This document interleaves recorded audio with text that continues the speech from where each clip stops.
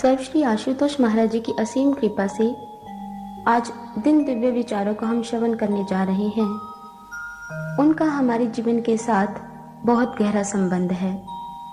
यूं हम देखें, इस सृष्टि में प्रत्येक मानव इस संसार में रहते हुए विचरण करता है, कर्म करता है। और हम ये सभी जानते हैं, कर्म किए बगैर कोई भी प्राणी इस संसार में अपना कार्य व्यवहार नहीं कर सकता। और परमात्मा ने इसीलिए मनुष्य को कर्मशील प्राणी बनाया है और साथ ही साथ कर्म करने की स्वतंत्रता भी दी है। बाकी सृष्टि में जितने भी जीव हैं, जितनी भी योनियां हैं, उन्हें भोग योनि कह सकते हैं। लेकिन जब जब एक इंसान के हाथों कर्म की स्वतंत्रता का दुरुपयोग होता है, कर्म की स्वतंत्रता भाव, जब बंदूक देश की रक्षा के लिए ना उठकर एक इंसान अपने ही दुश्मनों या अपने ही स्वार्थ के लिए हर एक व्यक्ति का हनन करना शुरू कर दे, ये कर्म की स्वतंत्रता का दुरुपयोग है।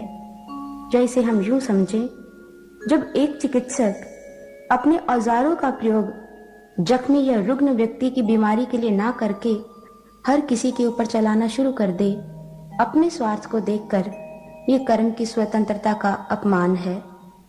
और जब जब एक इंसान इस कर्म की स्वतंत्रता का दुरुपयोग करता है, जब जब कर्म शब्द एक इंसान के हाथों में विकृत होता है, तब ऐसी परिस्थिति में परमात्मा उन आतताइयों को जो कर्म की स्वतंत्रता का दुरुपयोग करते हैं, एक इंसान को सही जीवन की सेहत देने के लिए, सही जीवन की दिशा प्रदान करने के लिए इस धरती पर स्वयं अवतार लेता है। इसलिए अरबिंदो कहते हैं कि परमात्मा का अवतार का प्रयोजन कोई सामाजिक व्यवस्था कायम करना नहीं होता, एक मनुष्य में देवत्व का विकास करना है। अर्थात एक मनुष्य एक श्रेष्ठ मानव कैसे बन पाए।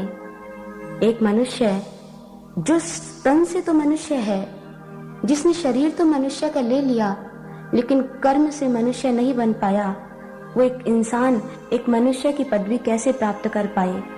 और इसी प्रयोजन हेतु परमात्मा को स्वयं धरती पर आना पड़ता है।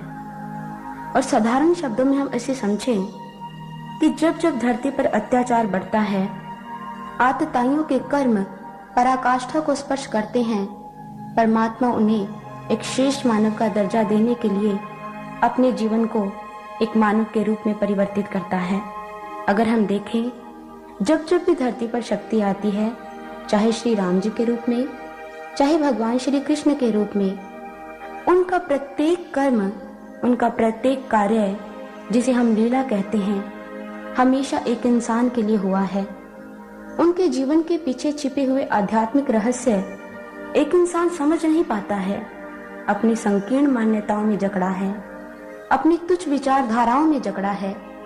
और इसलिए परमात्मा की उन लीलाओं को समझने के लिए हमारे जीवन में एक ऐसे मार्गदर्शक का आना बहुत जरूरी है, जो हमें इन चीजों के, उनकी लीलाओं के सही अर्थ बता पाए।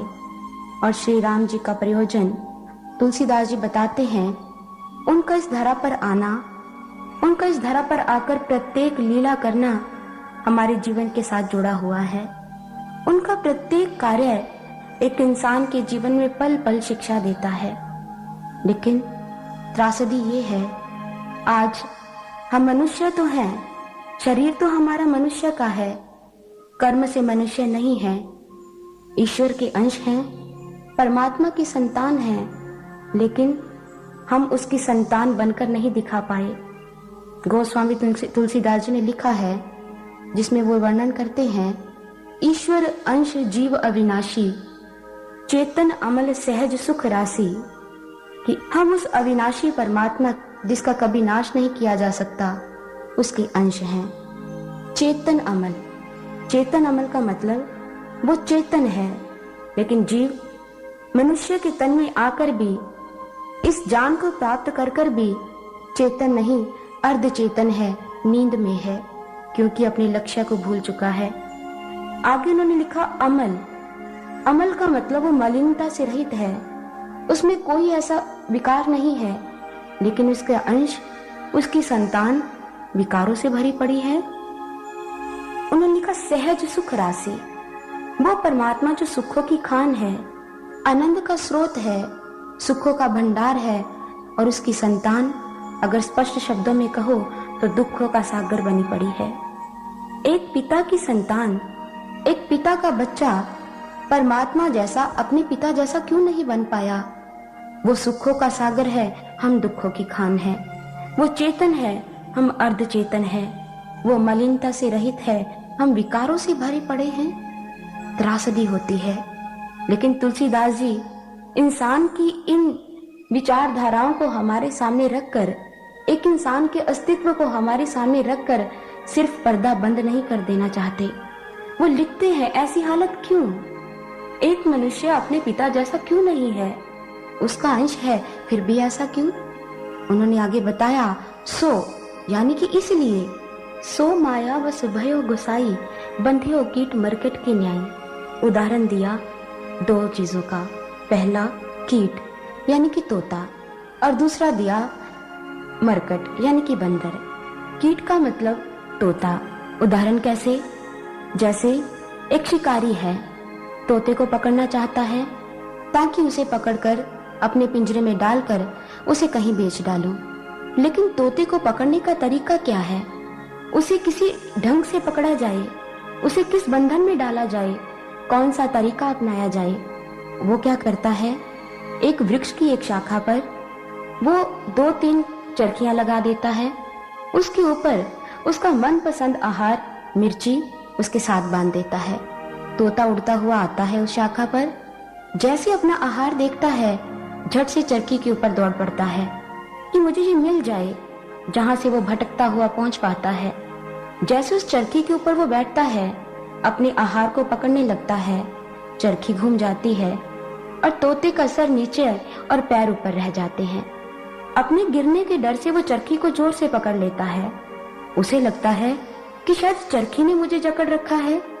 अगर अपना पैर छोड़ता है तो जान का डर है, लेकिन माया के वशीभूत उसे लग रहा है शायद चरखी मुझे छोड़ नहीं रही है। बिल्कुल इंसान की हालत ऐसी है। इस संसार में, इस मोह माया में, सांसारिक रिश्तों में ऐसा लिप्त हो चुका है, भूल चुका है। उसे लगता है यही सब कुछ है, इसे ही माया कहते हैं। जब अपने ही ईश्वर को भूल जाओ, संसार प्यारा लगने लगे, माया अच्छी लगने लगे, समझ लो आप संसार के बंधन में हो, माया में लिप्त हो चुके हो और अपने परम पिता को भूल चुके हो। दूसरी उदाहरण दी मरकट यानी कि बंदर। उसकी हालत क्या है? उसको चने बहुत अच्छे लगते हैं। कोई शिकारी उसे पकड़ना चाहता है, बंदर को पकड़ूंगा, तमाशा दिखाऊंगा, लोगों को इकट्ठा करूंगा, बहुत सारे पैसे इकट्ठे होंगे, मेरा रोजगार चलेगा। उसे पकड़ने का वो एक तरीका ढूंढता है। एक तंग मुंह वाली सुराही लेता है जिसमें चने डालता है। जैसे बंदर को पता चलता है कि इसमें चने हैं, झट से अपना हाथ उस सुराही के मुख में डालता है और जैसे चने हाथ में आए और हाथ बाहर निकालता है, मुंह इतना तंग है कि निकल नहीं पा रहा। और अगर वो चने छोड़ता है तो उसका आहार जाता है। अगर चने के समेत अपनी मुट्ठी बाहर निकालता है तो निकाल नहीं पाता। बिल्कुल हमारी हालत है, हमारी हालत। हम भी ऐसे हैं। हम माया से निकलना भी नहीं चाहते। ये संसार, ये पैसा, ये घर, ये गाड़ी, ये बंगला, सब कुछ पाना चाहते हैं और ईश्वर को पाना नहीं चाहते। त्रासदी होती है। संतों को वैसे से जीवन में देखा जाए, कभी उस संसार से दुख नहीं हुआ है। हमेशा परमात्मा की संतान को देखकर इस बात का दुख जरूर हुआ है कि कैसे माया में लिप्त हैं, अपने पिता से मिलना नहीं चाहते। इसलिए गोस्वामी तुलसीदास जी कहते हैं, एक इंसान के उसके लक्ष्य से मिलवाना अगर जरूरी है, एक इंसान का लक्ष्य क्या है? परमात्मा से मिलना सबसे बड़ा लक्ष्य।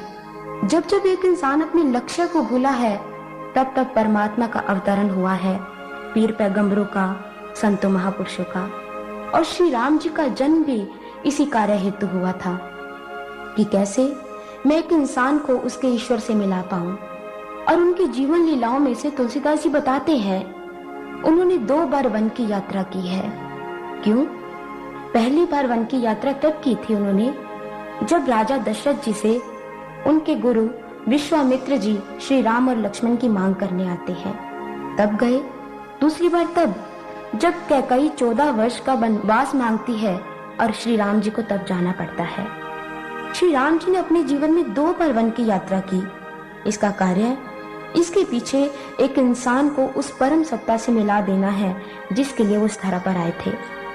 जब श्री राम जी विश्वामित्र जी के साथ पहली बार वन में गए तब वो अपने कार्यों की भूमिका बांधने के लिए गए थे, लेकिन जब वो दूसरी बार 14 वर्ष वन के लिए गए तब वो अपने कार्यों को एक बहुत बड़ा आधार देने और उन्हें पूर्ण करने गए थे।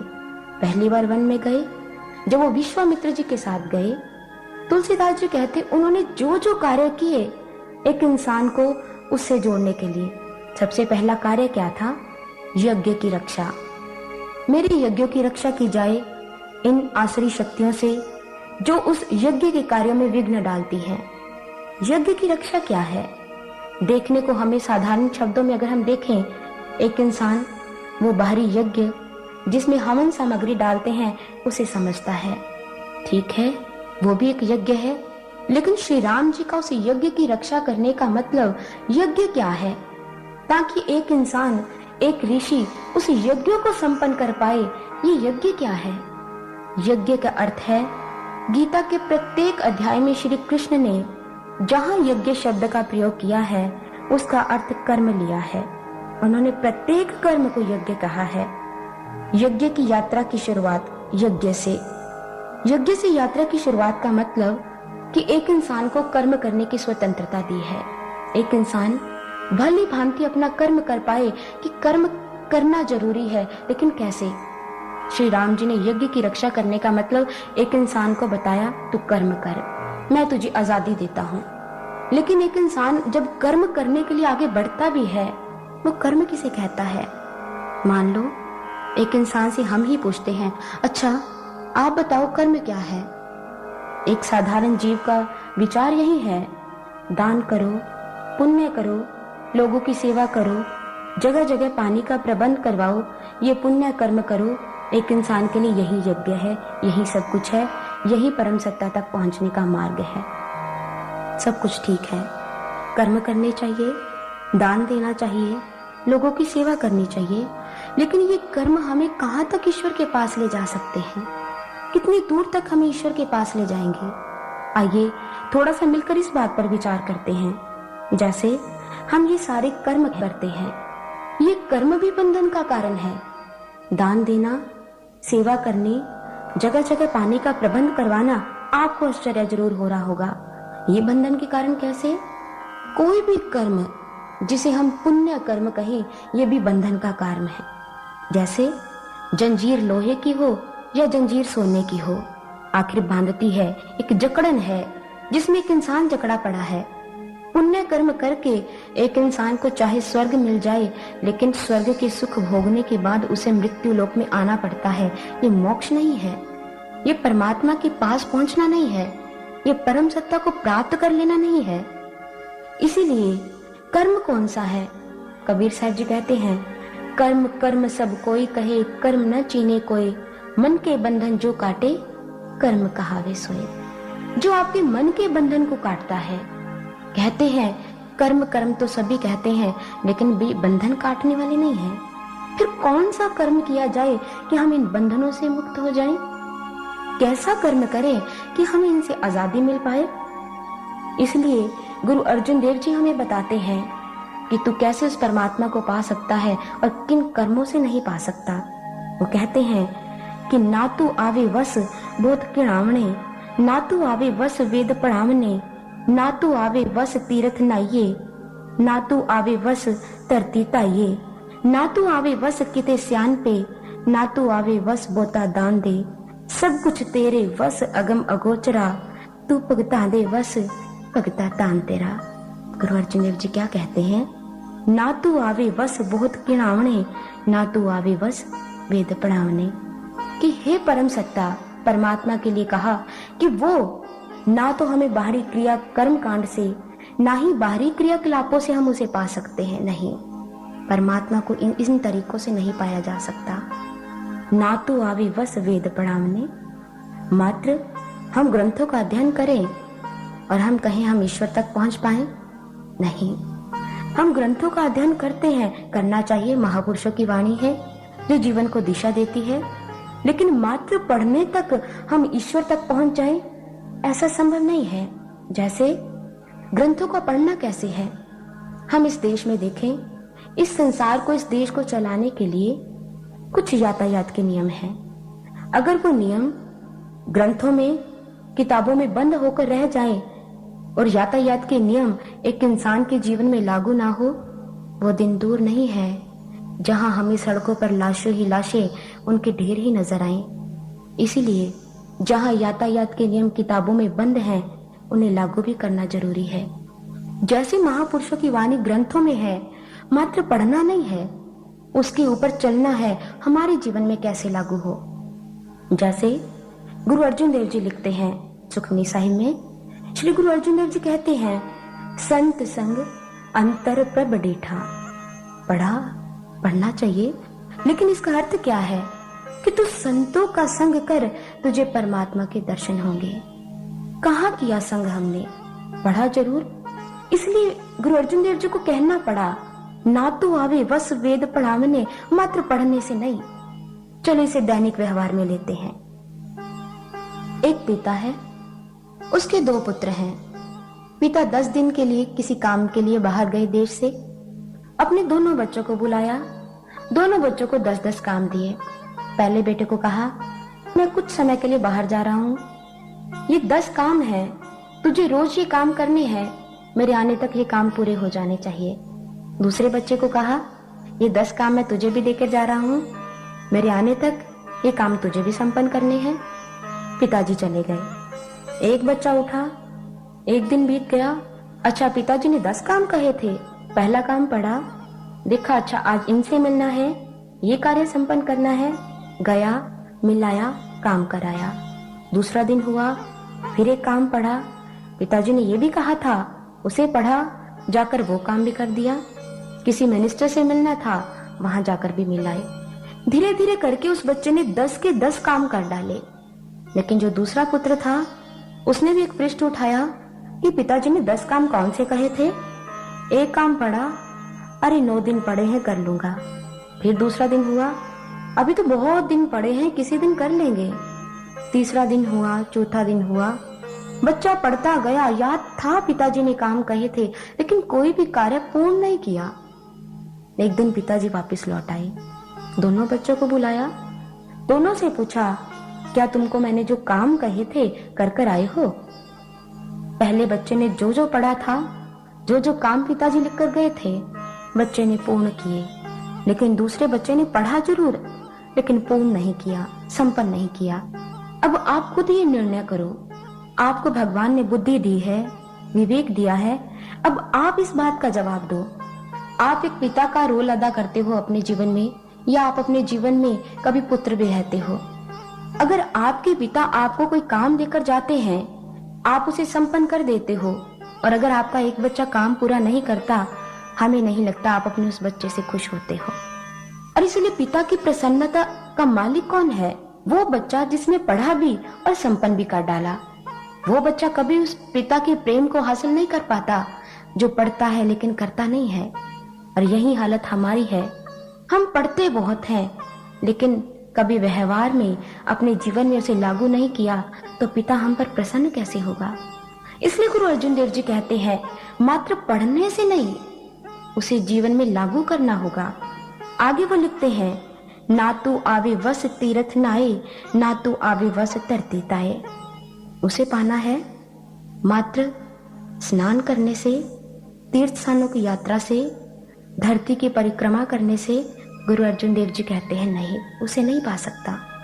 जैसे नामदेव जी कहते हैं, मैंने भी उस परम सत्ता को पाने के लिए क्या क्या नहीं किया। लिखते हैं, जा कारण त्रिभुवन फिर आयो, सो निधान घट भीतर पायो, कहो नामदेव कहो आइए ना जाइए, अपने राम घट भीतर पाइए। तीर्थ जाऊं न जल में पैसा, जी जंत न सिताऊंगा, 68 तीर्थ गुरु लखाई, घट ही भीतर नहाऊंगा। अब मैं कितना भटका, अब जाकर मुझे अंतर में कुछ मिला, ऐसे परमात्मा से नहीं मिला जा सकता। इसलिए गुरु अर्जुन देव जी आगे लिखते हैं, ना तू आवे बस किते स्यान पे, ना तू आवे बस बहुता दान दे। अपनी बुद्धि से, अपने तर्क से, अपनी विद्वता से हम परमात्मा को नहीं पा सकते। इसलिए हमारे ग्रंथ कहते हैं, नायमात्मा प्रवचनेन लभ्यो न मेध्या न बहुना श्रुतेन।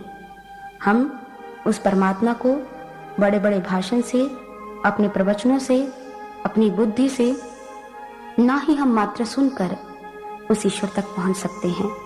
उस परमात्मा को फिर कैसे पाना है? फिर कौन सा कर्म करना है जो हमें बंधन से मुक्ति दे दे? इसलिए उपनिषद कहते हैं, वो कर्म क्या है? अरे वह आत्मा श्रोतव्यो। सुनो, किसी सत्संग स्थल पर जाओ, महापुरुषों के पास जाओ, जहां वो सत्संग विचार देते हैं, जहां वो आपको परमात्मा की चर्चा के साथ साथ परमात्मा के घर का रास्ता बतलाते हैं, वहां जाओ। इसलिए हमारे प्रत्येक ग्रंथ में कहा, रामचरितमानस में तुलसीदास जी कहते हैं, बड़े भाग पाइब सत्संगा, कि बड़ी किस्मत से अगर आपको सत्संग मिल जाए, समझ लो आपकी किस्मत खुल गई। इसलिए तुलसीदास जी सत्संग की महानता को गाते हुए एक इंसान को कहते हैं, तुम्हारी किस्मत खुल गई है अगर सत्संग मिल गया। इसलिए वेदों में, उपनिषदों में सबसे पहला कर्म कहा गया, आपके लिए यज्ञ क्या है? श्री राम जी ने जो यज्ञ की रक्षा की थी, एक इशारा था, उस कर्म को कर। कौन सा? अरे वह आत्मा श्रोतव्यो, पहले जाकर सुनो। सुनो हमारा लक्ष्य क्या है, कैसे इस परम सत्ता तक पहुंचना है, कैसे हम उस ईश्वर को पा सकते हैं, ये हमारे जीवन का लक्ष्य है। और दूसरा, तुलसीदास जी हमें बताते हैं, श्री राम जी ने यज्ञ की रक्षा की। विश्वामित्र जी इस कार्य के लिए ले गए थे, लेकिन विचार करो, क्या श्री राम जी यज्ञ की रक्षा कर घर वापस लौट आए? नहीं, क्योंकि उन्हें पता था अभी एक इंसान के जीवन का पहला चरण, एक इंसान के जीवन की यात्रा का पहला चरण पूरा नहीं हुआ है। प्रत्येक इंसान के जीवन की, इस मानव तन की यात्रा के 2 चरण हैं। पहला चरण वो दिखा रहे हैं, कर्म करो, सत्संग में जाओ, महापुरुषों का संग करो, यही आपका यज्ञ है, यही आपका कर्मयोग है। दूसरा, श्री राम जी वापिस नहीं लौट गए। उन्होंने क्या किया? जनकपुरी की यात्रा की। जनकपुरी में जाकर मार्ग में जब वो जा रहे थे, अहल्या का उद्धार करते हैं। अहल्या का उद्धार कर वो जनकपुरी तक पहुंचते हैं, जहां का राजा एक ब्रह्मज्ञानी है। अब श्री राम जी इस बात से हमें क्या समझाना चाहते हैं? यज्ञ की रक्षा कर जनकपुरी में यात्रा कर, मार्ग में अहल्या का उद्धार कर, एक हमें संकेत देना चाहते हैं। अहल्या जो जड़वत हो चुकी थी, अब एक इंसान जो अर्ध चेतन है, जो जड़वत हो चुका है, पूरी चेतनता नहीं आई है, यानी कि अपने जीवन के लक्ष्य से वो मिल नहीं पाया है, सो रहा है मोह की नींद में। उसे जगाना बहुत जरूरी है, उसमें चेतना भरनी है कि तू इस कर्म के लिए नहीं, तुझे उस परमात्मा से मिलना है। इसलिए गोस्वामी तुलसीदास जी कहते हैं, मोह की नींद में सोए हुए हर एक प्राणी को उस निद्रा से जगा देना ही जनकपुरी की यात्रा का लक्ष्य है श्री राम जी का। श्री राम जी जनकपुरी में पहुंचे, जहां हम देखें, इन विचारों को हम गहराई में लेकर चलें। जनकपुरी में पहुंचकर जब उन्होंने मार्ग में ही पहुंचने से पहले अहल्या में चेतना भरी, ये क्या इशारा है? एक बहुत गहन इशारा है। उपनिषद की इसी बात को आगे लेके चलते हैं, जो उन्होंने कहा, अरे वह आत्मा श्रोतव्यो, इस बात में वो कहना चाहते हैं मंतव्यो। आप सत्संग में गए, आपने विचार सुने, आपके अंदर एक मनन पैदा हुआ, आपने मनन किया कि आज तक ऐसी बातों से परिचित नहीं थे। अरे क्या भगवान भी देखा जा सकता है? अरे क्या ईश्वर के दर्शन भी हो सकते हैं? क्या हम उस परमात्मा की संतान हैं? बड़े विचित्र से अंदर विचार पैदा हुए। और मनुष्य का अर्थ भी वही है, जो मनन करता है, जो चाहता है मेरे अंदर जो जड़ता है वो दूर हो जाए, मेरे में मननशीलता आ जाए, मेरे में चेतनता आ जाए।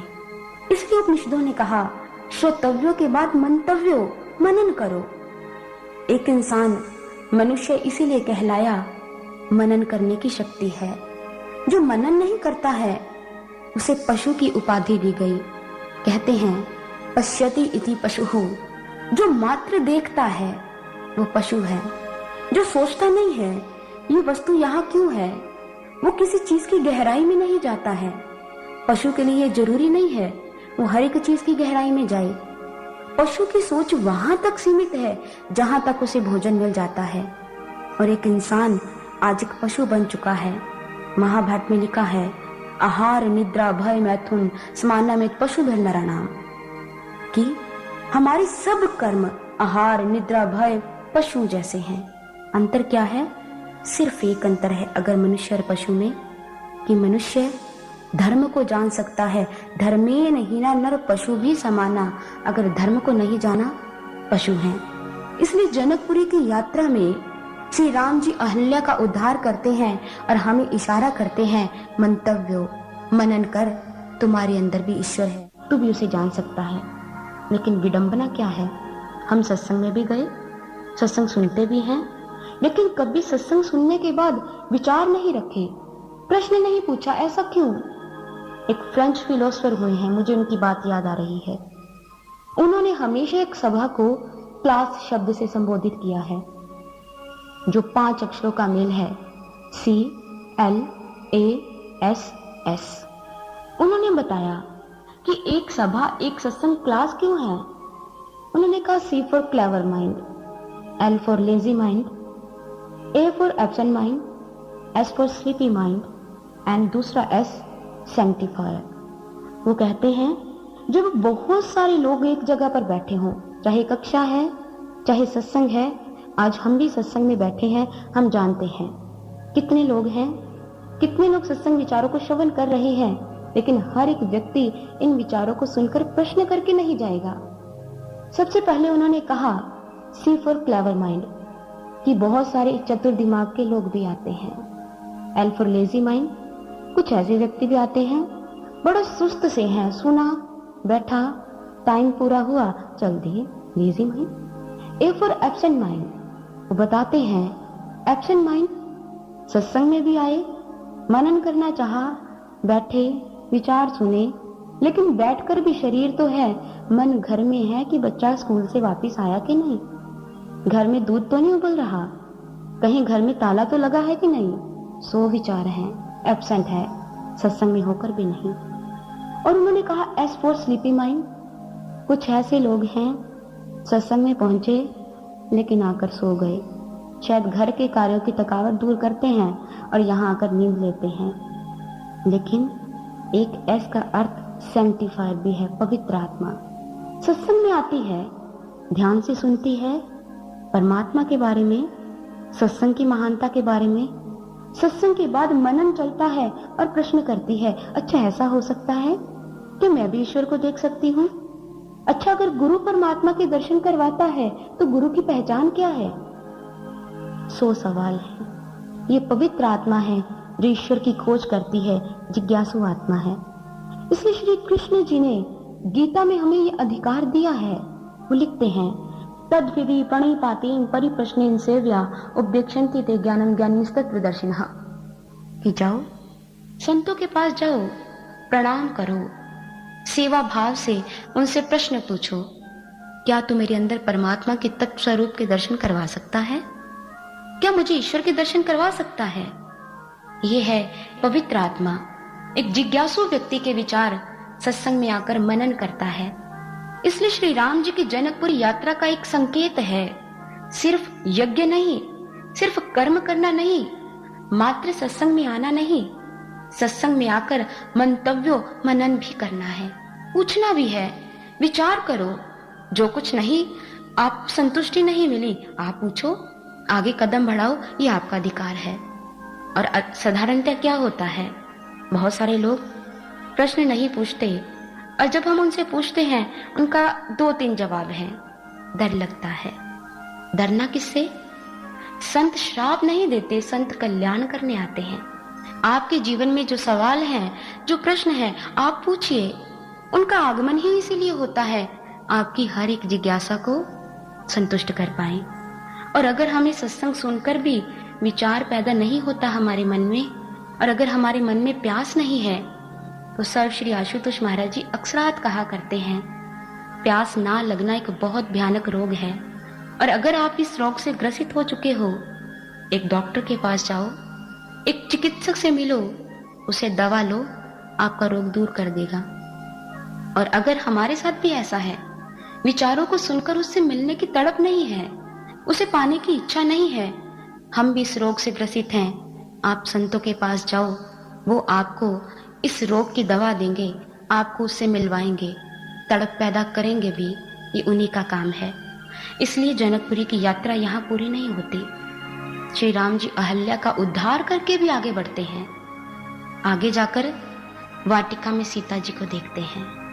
कहानी आप सभी जानते हो, और इस कहानी को सुनने का मतलब आपको श्री राम जी के जीवन की गाथा दोबारा सुनाना नहीं है। कहीं ना कहीं हमारे जीवन के साथ गहरा संबंध जुड़ा है, उसे समझना है। श्री सीता जी भक्ति का प्रतीक हैं। श्री राम जी ने श्री सीता को देखा, देखकर भी लौटकर नहीं आ गए, सीता जी को जीत कर लाए, स्वयंवर में सीता जी को प्राप्त किया। एक इशारा है हमारी उसी गाथा का, अरे वह आत्मा श्रोतव्यो मंतव्यो द्रष्टव्यो। मात्र आपको सत्संग में बैठकर सत्संग सुनना नहीं है, उसके बाद मनन होगा। मनन के बाद जब आपके जीवन में संत आएगा, संत का संग करोगे, आपको वो ईश्वर का दर्शन भी करवाएगा। मनन के बाद द्रष्टव्यो आपको दिखाई भी देगा। एक संत चाहे तो आपके भीतर परमात्मा को प्रकट कर सकता है, और उसके जीवन में सबसे बड़ा अहम कार्य एक इंसान के अंदर ईश्वर को प्रकट कर देना है, उसे पिता से मिला देना है। इसलिए जनकपुरी की यात्रा श्री सीता जी को लेकर वापिस आए। श्री राम जी का वन में जाने का प्रथम चरण पूरा हुआ, जो एक इंसान के जीवन की यात्रा का पहला चरण है। मनुष्य तन से लेकर कर्म की परिभाषा को समझते हुए, सत्संग विचारों को सुनते हुए एक संत की खोज में पहुंच जाना है, एक संत की शरण में। और ऐसा संत बातें नहीं, कहानियां नहीं, मात्र चर्चा नहीं, संत वो है जो दिखाने की बात करता है, जिसके बारे में श्री गुरु नानक देव जी भी कहते हैं, कर में कर दिखाई दे सो सतगुरु पुरख सुजान। जो आपके शरीर के अंदर परमात्मा के घर के दर्शन करवा दे, एक ऐसे संत की शरण में जाओ जो ईश्वर से मिलाता है। इसीलिए सीता रूपी भक्ति को प्राप्त करना है तो तुलसीदास जी कहते हैं, भक्ति तात अनुपम सुख मूला, मिला ही जो संत होहे अनुकूला। ही भक्ति तात अनुपम सुख मूला, जो सुखों की खान है, उस भक्ति को कब प्राप्त करोगे? जब जीवन में संत आएंगे। एक छोटा सा इशारा था। विश्वामित्र जी श्री राम जी के साथ इस पहली यात्रा में उनके साथ रहे। एक इशारा करते हैं आपको कि आपको भी अपने कर्म शब्द की परिभाषा समझनी है, परमात्मा के दर्शन करने हैं। संत का आश्रय चाहिए, एक पूर्ण संत का। लेकिन एक विचार पैदा होता है, संत तो संत है, ये पूर्ण क्या है? मीराबाई जी अपनी वाणी में बहुत सुंदर लिखते हैं। मीराबाई जी कहती हैं, गुर रैदास मिले मोहे पूरे, धुर से कलम भिड़ी, सतगुरु सैन दई जब आके ज्योत से ज्योत रली। मीराबाई जी क्या कहती हैं? गुर रैदास मिले मोहे पूरे। मीराबाई जी ने कहा, मुझे पूरा गुरु मिला है। गुरु तो गुरु है, उन्होंने पूरा क्या कहा? क्यों कहा? क्या कहीं अधूरा है? विचार करना है। कई जगह पर हमारी वाणी कहती है, गुरु साहिबान जी लिखते हैं, सतगुरु मेरा पूरा। उन्होंने पूरा क्यों कहा? कहीं ना कहीं कुछ अधूरा भी है। इसीलिए जैसे स्वामी विवेकानंद जी, जब उनके मन में उसको पाने की तड़प पैदा हुई, वो भी अपने प्रथम चरण में जीवन के एक संत की खोज कर रहे थे। जाकर कितने संतों से मिले, और संत उनको वो ही भाया जिसने दावा किया, मैंने ईश्वर को देखा है और आपको दिखा भी सकता हूं। वो किसी ऐसे संत के पास नहीं रुके रहे जो मात्र बातें करते हैं, कहानियां करते हैं। संत की पहचान ईश्वर के घर तक आपको पहुंचा देना है, ये पूर्ण संत की पहचान है। इसलिए मीराबाई जी ने कहा, मेरा गुरु पूरा है जिसने मुझे ईश्वर के घर तक पहुंचाया है, मेरे अंदर ईश्वर के दर्शन करवाए हैं, कहानियां नहीं है। इसलिए जब जीवन में गुरु तलाश करना है, एक पूर्ण संत की खोज करनी है। और श्री कृष्ण जी ने पहले ही कह दिया, जाकर प्रश्न पूछो, क्या तू मुझे ईश्वर के दर्शन करवा सकता है? और जब आपको ऐसा गुरु मिल जाए, आप समझ लो आपके मानव तन की इस यात्रा का प्रथम चरण पूरा हुआ है। लेकिन यात्रा समाप्त नहीं हुई, इसके आगे भी कुछ है। श्री राम जी भक्ति रूपी सीता को प्राप्त करके वापस लौट आए, लेकिन दूसरी बार फिर वन में गए। लीला है, उनकी लीलाओं को वही व्यक्ति समझ सकता है जिसके पास वो आंख है, जिसके पास पूर्ण संत है। बड़ी विचार करने वाली बात है। दूसरी बार जब श्री राम जी वन में गए, वहां श्री राम जी जिस महान सत्ता को लोगों के अंदर प्रकट करना चाहते थे, उन कार्यों को करते करते उन्हें एक महान आसुरी शक्ति का विनाश करना पड़ा। रावण अपरिचित हो, और उस तक पहुंचने के लिए उन्होंने 3 तरह के पुल बनाए। आप ये भी जानते हो, आपने हजारों बार सुना है श्री राम कथा जी के माध्यम से। और जो उन्होंने तीनों पुल बनाए, उन्होंने वही कार्य किए जो एक इंसान को गुरु की शरण में जाने के बाद करने होते हैं। पहला कार्य, उन्होंने वानरों की मदद से, वानरों के सहयोग से एक पत्थर का पुल बनवाया। नल और नीर जिन्होंने इस कार्य में संपूर्ण सहयोग दिया। लेकिन देखें, परमात्मा जिसके एक इशारे पर सृष्टि चलती है, जिसके एक इशारे पर सारी दुनिया में तहलका मच जाता है, जिसके एक इशारे पर परमात्मा चाहे तो क्या नहीं कर सकता, सब कुछ कर सकता है। लेकिन श्री राम जी एक आसुरी शक्ति का विनाश करने के लिए संसार की दुनिया की नजरों में जो निम्न माने जाते थे, वानरों की सहायता से पत्थर का पुल बनवाया। ये पत्थर का पुल क्या है? श्री राम जी ने सबसे प्रथम कार्य करने को तो वो सब कुछ कर सकते थे, लेकिन सेवा लेनी चाहिए, सेवा मांगनी चाहिए। उन्हें पता था एक इंसान अगर कार्य ना करे, उसमें निष्क्रियता आ जाए, तो एक इंसान अपने जीवन में कभी कुछ नहीं कर सकता है, कभी कुछ नहीं कर सकता है। गुरु मिलने के बाद हमारा कार्य क्या है? गुरु चाहे सारी दुनिया में उस परम तत्व, उस ब्रह्म ज्ञान को अपने आप पहुंचा सकता है, लेकिन हमारी भी सेवा लेता है। जैसे श्री कृष्ण ने अर्जुन को कहा, अर्जुन युद्ध कर। श्री कृष्ण जो स्वयं एक महान शक्ति है, सब कुछ कर सकती है, लेकिन फिर भी उन्होंने अर्जुन का सहयोग लिया, अर्जुन को आगे किया। गुरु मान देना चाहता है, गुरु खुद कर सकता है, लेकिन अपने बच्चों को सम्मान देता है, प्रेम देता है, दुनिया के सामने उसे यश देता है, सिर्फ हमारे लिए। जैसे 11वें अध्याय में श्री कृष्ण जी कहते हैं, कालो अस्मि लोकचकृत प्रवृद्धो लोकान् स्माहर्तुं मिह प्रवृत्तः ऋते अपि त्वां न भविष्यन्ति सर्वे ये अवस्थिता प्रयत्निकेषु योद्धा।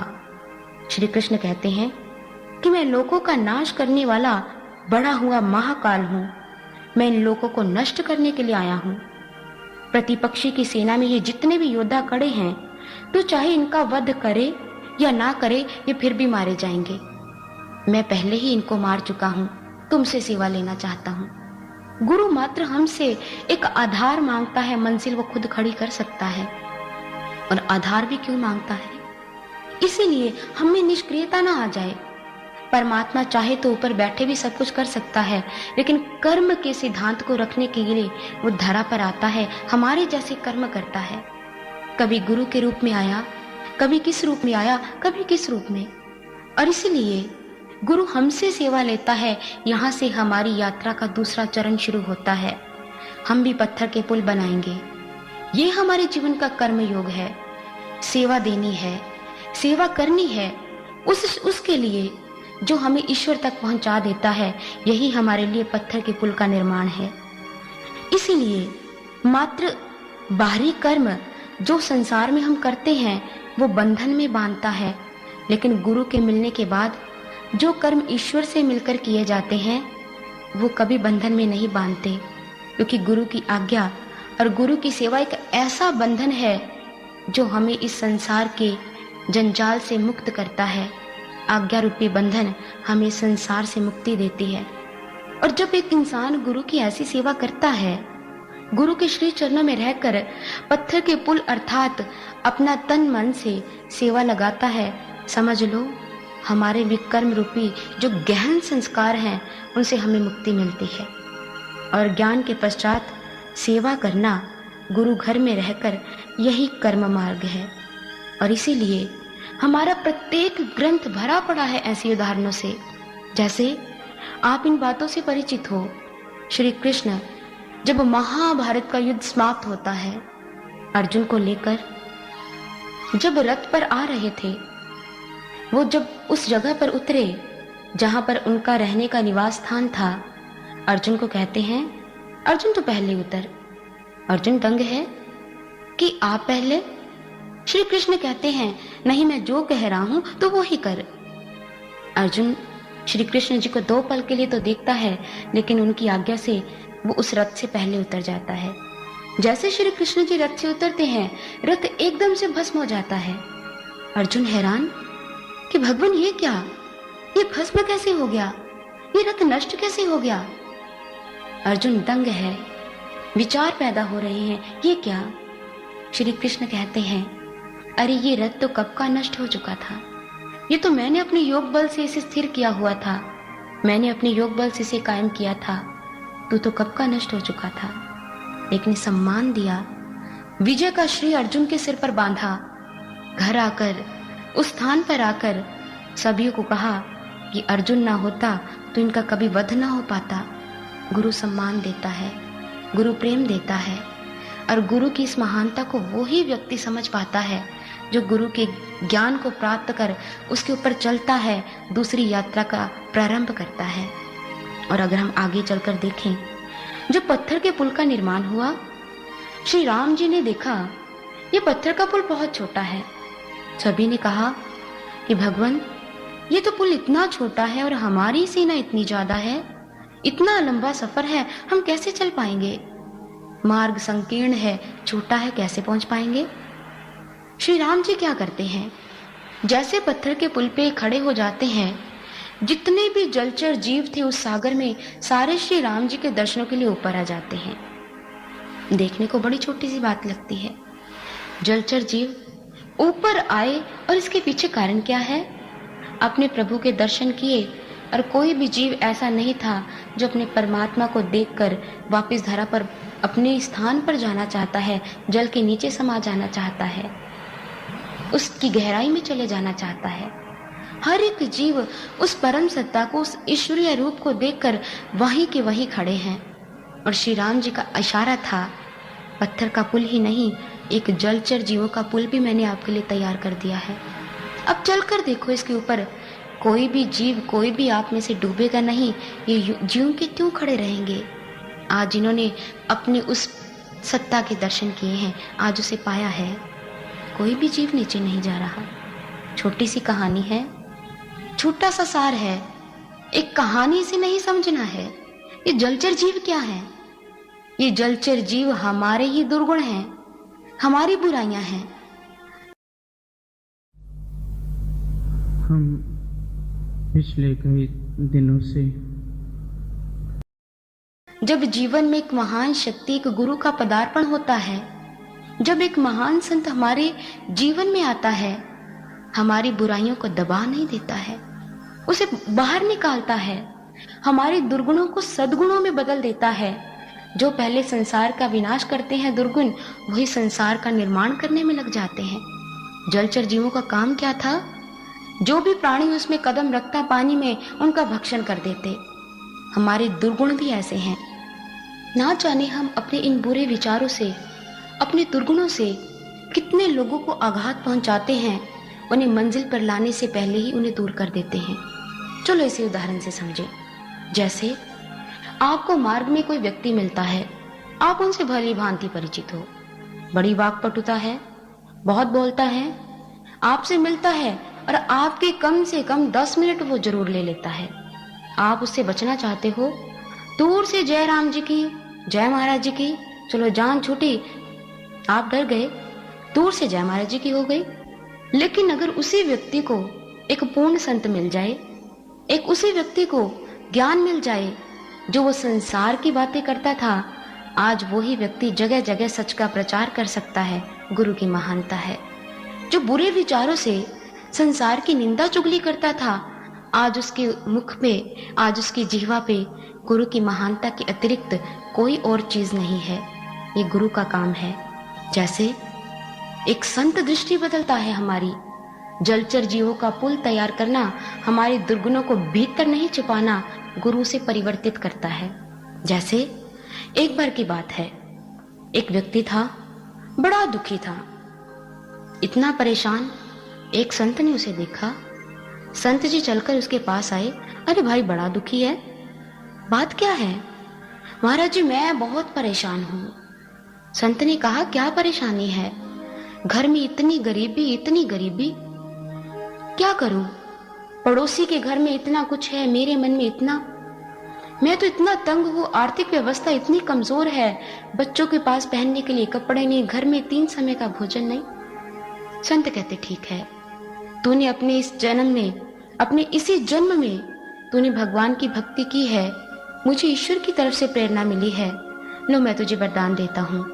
ये मैं तुझे एक मंत्र दे रहा हूँ, ये अंगूठी है। जब भी तुझे कुछ चाहिए, इस अंगूठी को हाथ में पकड़ना और इस मंत्र को बोलते हुए जो तुझे चाहिए वो तुझे मिल जाएगा। लेकिन इसका एक कारण और भी है, जो तू कुछ मांगेगा तुम्हारे पड़ोसी को तुमसे दुगना मिलेगा। व्यक्ति कहता, कोई बात नहीं, मेरे घर में तो होना ही चाहिए, मैं इतना आर्थिक व्यवस्था से इतना कमजोर हूँ, इतना दुर्बल हूँ, कम से कम बच्चों के पेट में कुछ भोजन तो जाएगा। बहुत खुश, घर गया, सुबह नहाया धोया कि क्यों ना आज सुबह सुबह इस मंत्र का उच्चारण कर लूं और जो कुछ प्राप्त करना चाहता हूँ उसे प्राप्त कर लूं। उसने एक बात कही, मंत्र बोला, हे भगवान, मेरे घर में अनाज ही अनाज काफी सारा हो जाए। जैसे उसने कहा, उसके घर में इतना अनाज, लेकिन पड़ोसी के घर में उससे भी दुगना। जब उसने कहा, अच्छा भगवान, मुझे एक सुंदर सी गाड़ी दे दो, उसने एक गाड़ी मांगी, पड़ोसी के घर के बाहर 2 गाड़ियां खड़ी। बड़ा हैरान हुआ, कहता, अब देखता हूं। अच्छा भगवान, अब मुझे 2 बंगले दे दे। दूसरे दिन खबर मिली, पड़ोसी ने 4 बंगले खरीद लिए। बड़ा दंग, मेरे मित्र को, मेरे पड़ोसी को फायदा पहुंच रहा है, मंत्र मुझे मिला, संत मुझे मिला। बड़ा हैरान। अब उसके मन में आ गया कि कैसे मैं इस अपने पड़ोसी को निम्न कर दूं, नीचे स्तर पर ले आऊं। उसने कहा, हे भगवान, मेरी एक आंख फूट जाए। बेचारे पड़ोसी की दोनों फूट गई। बड़ा खुश हुआ, भगवान, मेरी एक बाजू टूट जाए। बेचारे पड़ोसी की दोनों टूट गई। कहते, चलो, मेरी एक बाजू तो है, फिर दूसरी ठीक करवा लूंगा। भगवान, मेरी एक टांग टूट जाए। पड़ोसी बेचारा दोनों टांगों से गया। व्यक्ति बहुत खुश है, एक आंख ही तो खराब हुई है, अभी जाकर ठीक करवा लूंगा। ये है उस इंसान के निम्न विचार। एक इंसान जब अपने पड़ोसी का इतना बुरा सोच सकता है, ये उसके दुर्गुण, उसके दुर्विचार, उसकी आसरी प्रवृत्तियां हैं, इसके अतिरिक्त कुछ नहीं। भाई, मेरी तो एक फूट ही गई है, उसकी दोनों फूट जाए, उसके घर में कुछ न रहे। इस तरह जब उस व्यक्ति को जीवन में ज्ञान मिले, ऐसे व्यक्ति को जिसके ऐसे विचार हैं, जिसके जीवन का स्तर ऐसा है, जब उसे एक पूर्ण संत मिले, वो अपने पड़ोसी का बुरा नहीं करता। वो चाहता है जितना महान गुरु मुझे मिला है, मेरे पड़ोसी को भी मिले। ये गुरु की कृपा है, उसके दुर्गुण को सद्गुण में बदलता है। वो चाहता है जिस परमात्मा को देखकर मेरे मन में अथाह शांति आई है, मेरे पड़ोसी के घर में आई, फिर ईर्ष्या नहीं रहती। ये गुरु की कृपा है, ये गुरु की महानता है। और यही यात्रा का दूसरा चरण है। हमारी यात्रा का सेवा करनी है। जो पत्थर का पुल बनाया है, एक इशारा है। जलचर जीवों का पुल अपने दुर्गुणों को उस ज्ञान के मार्ग पर चलकर सद्गुणों में बदलकर उस सत्य का प्रचार कोने कोने में पहुंचाना है।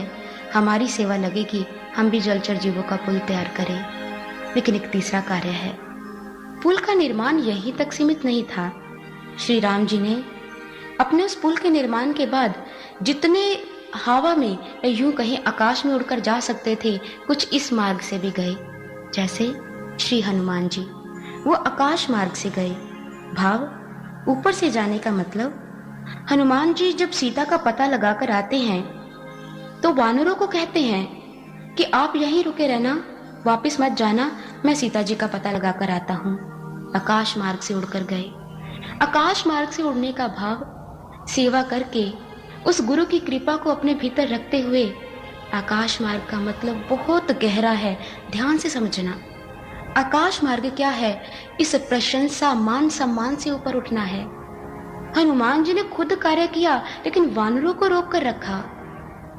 ये ना समझे सारा कार्य मैंने संपन्न किया है, मिलकर चलेंगे। और सच्चा सेवक, सच्चा शिष्य भी वही है।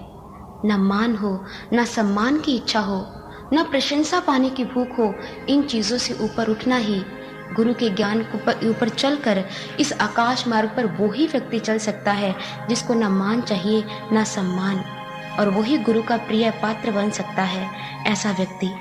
और इसीलिए अगर हम ऐसा पुल भी बनाना चाहते हैं, हमें इन चीजों से ऊपर उठना है, हमें भी आकाश मार्ग से चलना है। इसीलिए जब जीवन में ऐसा गुरु है, जब गुरु का इतना महान ज्ञान है, हम इसके ऊपर चलें और अपनी मंजिल तक बड़ी आसानी से पहुंच सकते हैं। महाराज जी अक्सर बात कहा करते हैं अपने सत्संग विचारों में कि सत्य बहुत विराट है, सत्य बहुत विशाल है।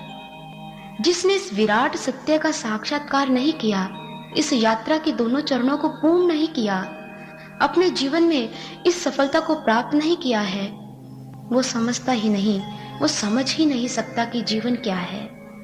देखने को हमें अरबों देश